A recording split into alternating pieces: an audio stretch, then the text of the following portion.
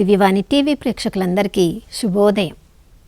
యేసుక్రీస్తు పరిశుద్ధ నామంలో ప్రియులారా, మీ అందరికీ స్వాగతం, సుస్వాగతం.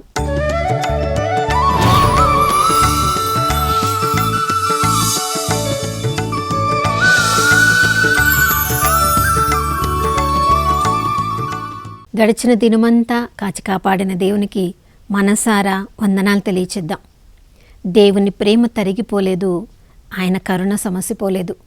ప్రతి ఉదయము నూతనంగా తన ప్రేమను కరుణను కుమ్మరిస్తానని వాగ్దానం చేసిన దేవుడు నమ్మదగినవాడు, విశ్వసనీయుడు. ప్రియులారా, మనల్ని మనమన్నా మరచిపోవచ్చు, మనల్ని మనమన్నా వదిలివేయవచ్చు, కానీ నమ్మదగిన దేవుడు, విశ్వసనీయుడు, మన కొరకే పరలోకపు తండ్రికుడు ప్రక్కన కూర్చొని ప్రతి క్షణము మన పేరు చెప్పి మనల్ని చూపించి తన గాయముల ద్వారా మరొకసారి మనకు నూతన జీవితాన్ని అనుగ్రహించమని మన తరపున న్యాయవాదిగా, విజ్ఞాపనకర్తగా యేసు ప్రభు ఉండగా మనకింక భయమేలా?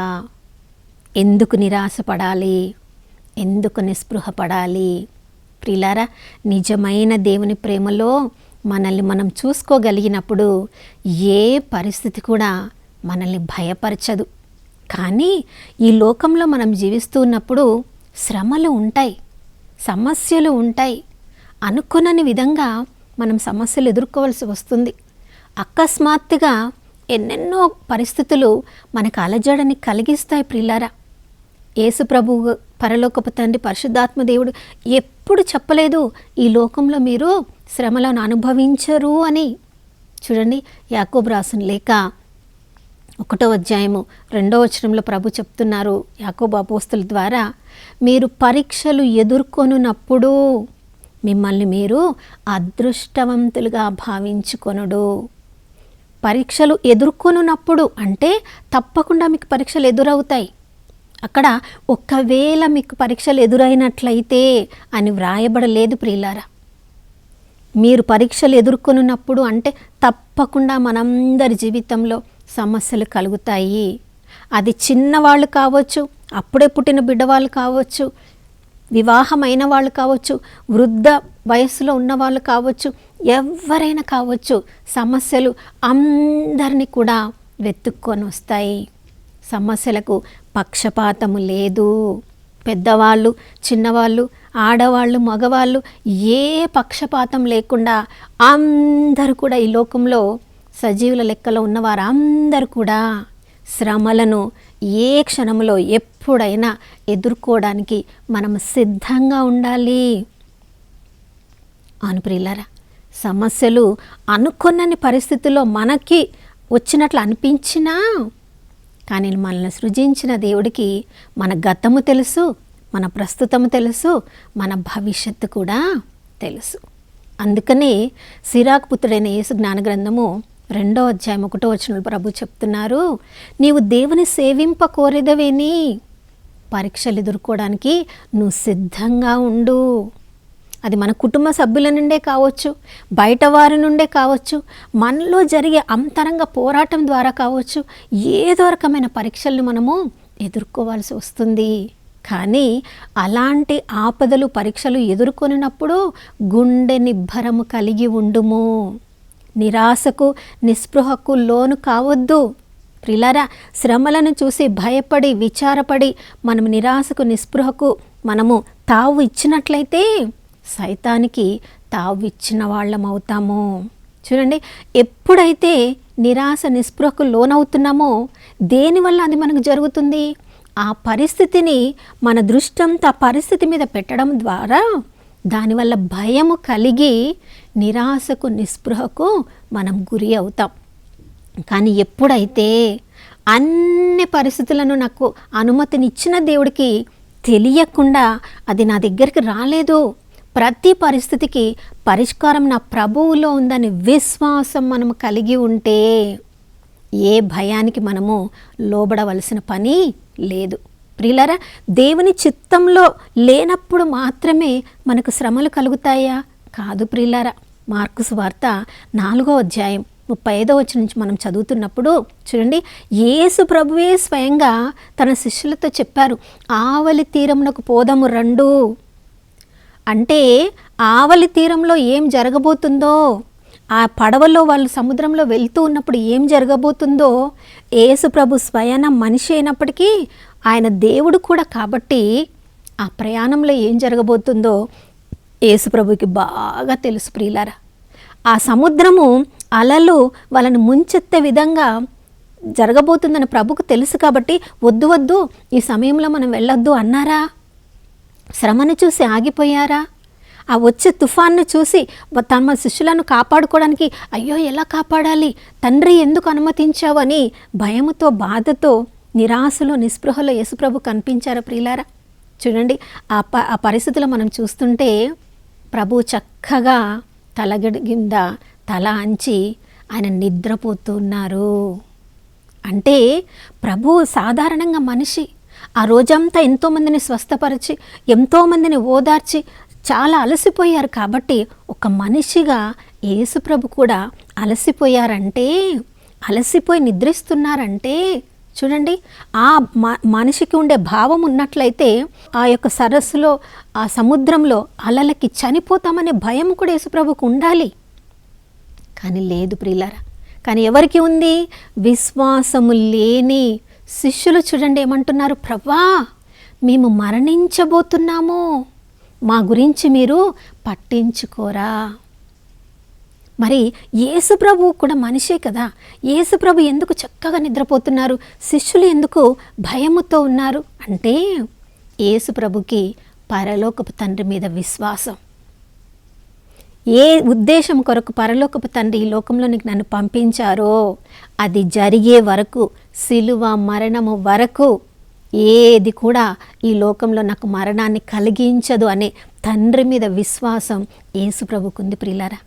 కానీ శిష్యులకు ఏ ఉద్దేశంతో దేవుడు వాళ్ళని ఎన్నుకున్నారో, ఏ ఉద్దేశంతో రక్షణ కార్యాన్ని, సువార్తని లోకంలో ప్రకటించాలని వాళ్ళకి ఇంకా సరి అయిన జ్ఞానం రాలేదు కాబట్టి అప్పుడు ఆ అలలు వాళ్ళని ముంచెత్తి వాళ్ళని చంపివేయబోతున్నాయేమోనని భయపడ్డారు. ప్రియులారా, ఎక్కడ భయము ఉంటుందో అక్కడ నిరాశకు స్థానం ఉంటుంది. ఎక్కడ దేవుడి మీద విశ్వాసం ఉంటుందో నిరీక్షణకు స్థానం ఉంటుంది. 1920వ సంవత్సరంలో ఏజే క్రోనిన్ అని వైద్యుడి జీవితంలో జరిగిన ఒక సంఘటన ఇలా నేను చదివాను ప్రియులారా. వైద్యుడు చక్కగా తన పనిలో నిమగ్నై ఉన్నాడు. అనుకోకుండా అతనికి అనారోగ్యం కలిగినప్పుడు 1 సంవత్సరం పాటు అతడు పూర్తిగా విశ్రాంతి తీసుకోవాలని ఇతర వైద్యులు అతనికి సలహా ఇచ్చారు. అప్పటి వరకు ఎంతో బిజీగా ఉన్నవాడు ఇప్పుడు సంవత్సరం రోజులు నేను ఇంకా వైద్యం చేయడానికి హాస్పిటల్కి వెళ్ళలేను కాబట్టి, నా ఇంట్లోనే ఉంటాను కాబట్టి, నా మనస్సు బాగానే ఉంది, ఇంట్లో ఏదైనా చేయగలను కాబట్టి నేను ఒక పుస్తకం రాస్తానని చెప్పి ఆరంభించాడంట. 3 నెలలు ఏదో కష్టపడి ఎప్పుడెప్పుడు తనకు సమయం ఉందో తను రాయాలనుకున్నది రాస్తూ ఉన్నాడు.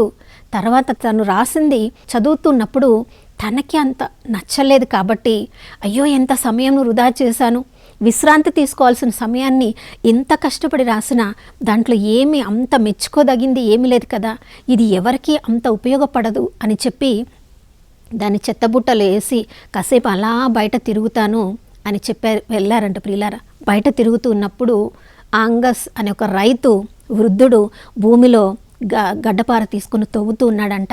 ఎంతోమంది ఎందుకు నువ్వు తవ్వుతున్నావని వారించినప్పటికీ తను ఏం చేస్తున్నాడో, ఎంతవరకు తవ్వుతే ఏ చెట్టును పెట్టగలడో, ఏ పండ్లు వస్తాయో తనకి బాగా తెలుసు కాబట్టి ఎంతమంది తను నిరాశపరిచినా తను చేస్తున్న పనిని కొనసాగిస్తూ ఉన్నాడంట.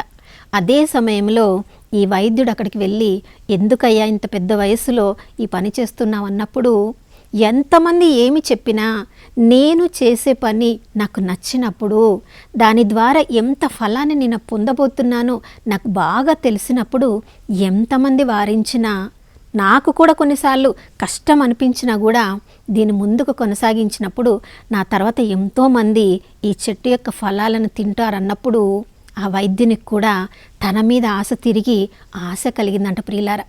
ఈ పుస్తకం ఇప్పుడు నేను పూర్తి చేయలేకపోవచ్చు, ఇంకా కొంతకాలం తీసుకొని దీన్ని నేను పూర్తి చేయవచ్చు, ఎందుకు నేను కూడా పడవేశాను, ఇంత తొందరగా నిరాశపడ్డానని మళ్ళీ రూమ్కి వెళ్ళి చెత్తబుట్టలో పడవేసిన పేపర్లు మళ్ళీ తీసి దాన్ని మంచిగా మళ్ళీ ఇస్త్రీ చేసి దాన్ని పుస్తకాన్ని రాయడము కొనసాగించారంట. ఆ పుస్తకం పేరే హ్యాటర్స్ కాజిల్. 19 భాషల్లో అది తర్జుమా చేయబడిందంట. అంటే ఎంతమంది దాన్ని చదివారో చూడండి.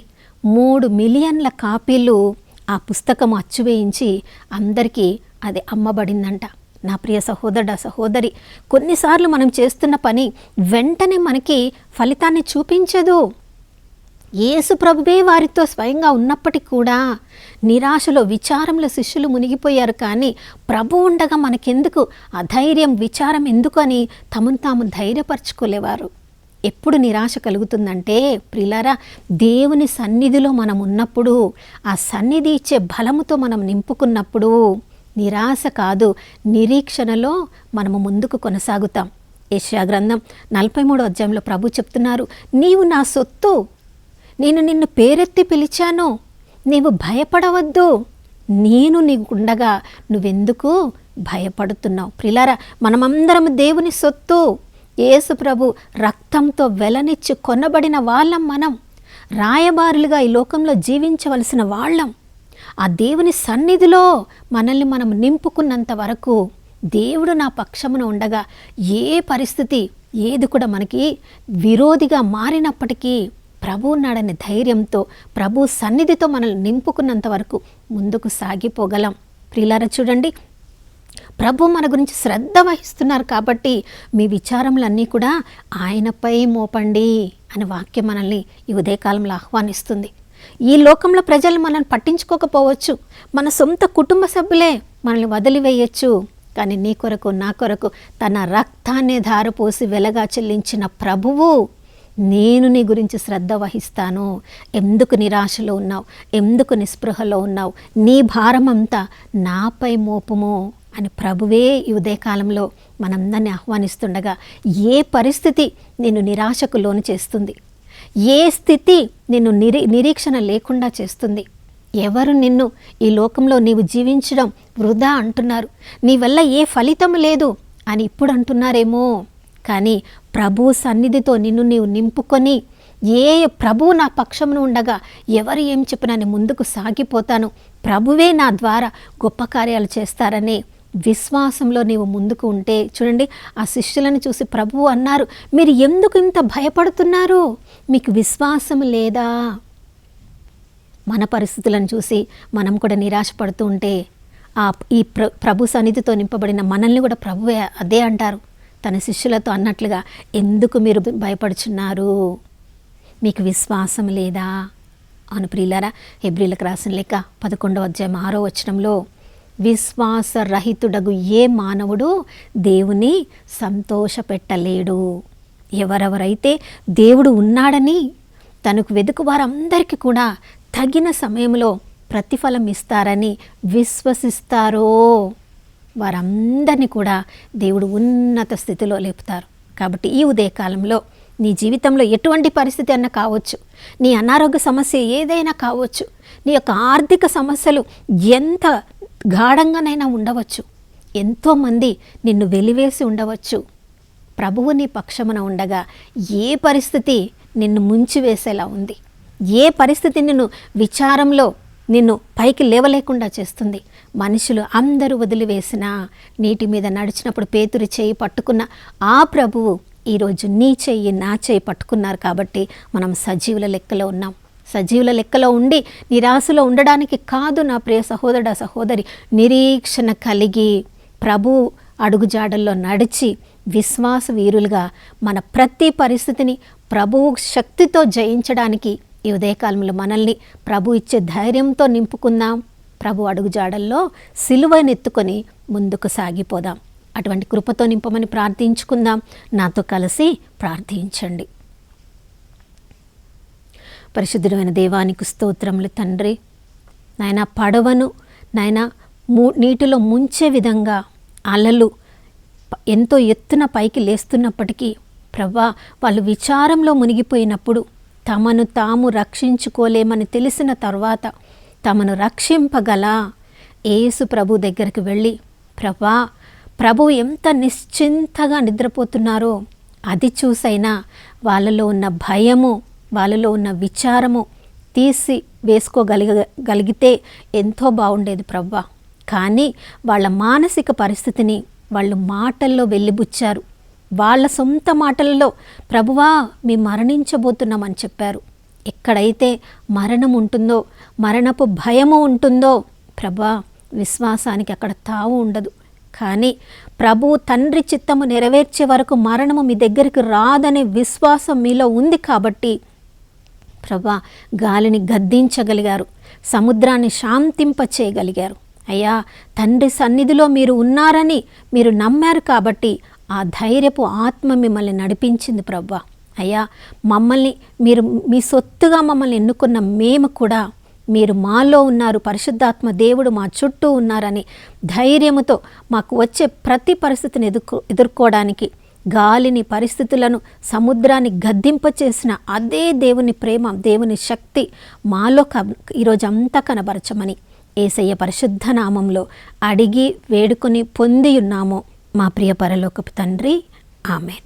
అవును ప్రియులారా, యెరూషలేము చుట్టూ పర్వతములు ఆవరించి ఉన్నట్లు మన చుట్టూ, మన కుటుంబ సభ్యులందరి చుట్టూ ఆ పరిశుద్ధాత్మ దేవుడు ఆవరించి ఉన్నారు. పరలోకపు తండ్రి ప్రేమ ఆవరించి ఉంది. కాబట్టి ఏ భయము బిడియానికి చోటివ్వక విశ్వాస వీరుల్లాగా ఈరోజంతా జీవించుదాం. మరొక నూతన శుభోదయంలో మనం అందరం కలుసుకునే వరకు దివ్యవాణి టీవీని వీక్షిస్తూ ఉన్నాం. ఇమ్మానుయేలు, దేవుడు మనతో ఉన్నారు.